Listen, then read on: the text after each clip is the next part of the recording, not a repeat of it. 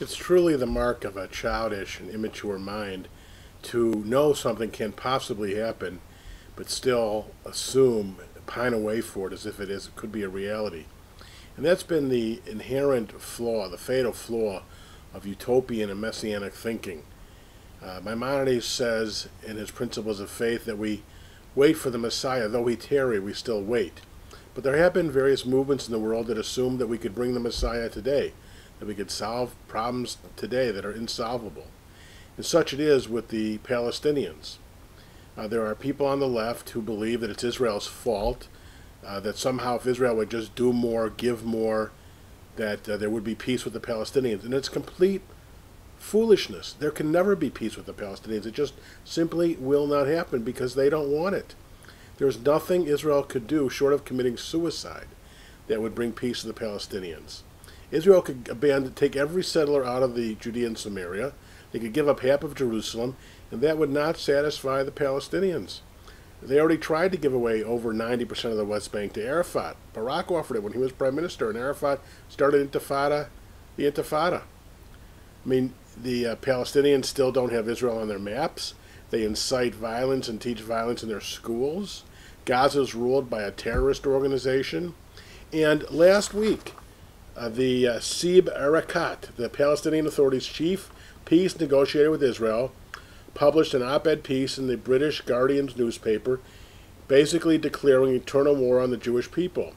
He asserted that any peace agreement between Israel and the Palestinians that does not permit the immigration of some 7 million foreign Arabs to Israel would be completely untenable. So there is nothing. Now that's suicide. So it's a deal killer. So are non-defensible borders. So is the presence of a terrorist state in Gaza. And the Palestinians won't deliver on any of these things. So how could anybody who's intelligent at all and realistic blame Israel for any failure? You know, Israel declared a 10-month moratorium on settlement freeze and building in Jewish territories to try and appease Obama and appease the Palestinians. So what happened? The Palestinians waited to 9.5 months into that 10-month freeze to begin talking. And even then, it was a joke when they make these ridiculous demands. You can't just say it's negotiation. There's no evidence that Palestinians will ever make peace. Every president in the last more than 50 years has tried since Israel became a state. They all invest this capital. They all come up with some new idea. And it's clear the Palestinians simply don't want peace.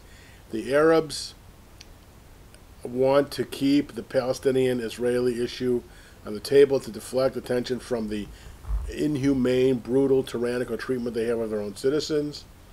They don't really care. I mean, there are Palestinians in refugee camps all over the Middle East because the Arab countries don't want to absorb them. They could solve this problem in a minute. They could have solved the problem in 1948 to 1967 when Jordan controlled Judea and Samaria, but they didn't. They obviously don't want it. And the Palestinians themselves don't want to make a peace agreement with Israel. They want eternal war. They believe over the course of time they'll wear Israel down, and they'll be victorious. And the best argument the left can make is, well, Israel should keep trying harder, do something, give up more. But every time they offer more, the Palestinians ratchet up the demands. Now it's ludicrous. Israel to have more Arabs who never had any interest in Israel and that never lived there, nothing go to Israel proper, to overwhelm the Jewish majority in the state. The Jews are not entitled to a single little spot in the whole earth, the spot where Abraham and Isaac and Jacob and Rebekah and walked.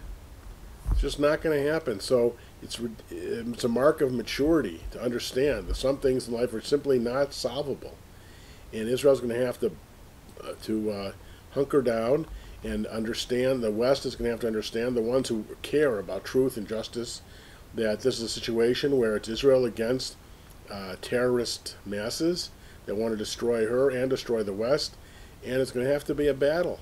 And those Arabs who can accept peace and live in peace and want peace, they'll have to prevail if there's going to be peace. Yes, it's a mitzvah to pursue peace on all opportunities, and Israel has, and yet there's also a point at which you have to be realistic and understand. That's why in the time of the Maccabees they had to make a major change in Jewish law to allow fighting on Shabbat. Until then they took the rule about not fighting on Shabbat, and they were taking huge losses. They had to realized that if there was going to be the Jewish people be viable, they had to make amends in that regard, make changes in that regard. And we're going to have to now realize that the peace with the Palestinians is simply not possible because they don't want it. And you can't make peace with somebody who doesn't want peace. It's that simple. I'm very curious to hear what the left can possibly say. This is so clearly true, it'd be impossible to contradict. Shalom.